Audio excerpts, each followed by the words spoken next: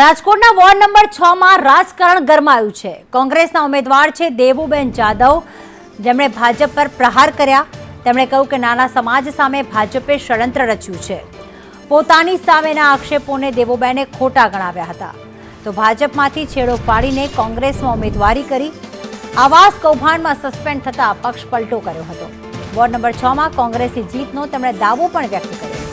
રાજકીય કિન્નાખોરીના આક્ષેપથી ચૂંટણીમાં ખળભળાટ મચી ગયો છે। અને હું ચારે ચાર ભાજપમાંથી કોર્પોરેટર હતી, પણ અમને નીચા પાડવા માટે અમારી માટે ષડયંત્ર રચવામાં આવ્યું હતું।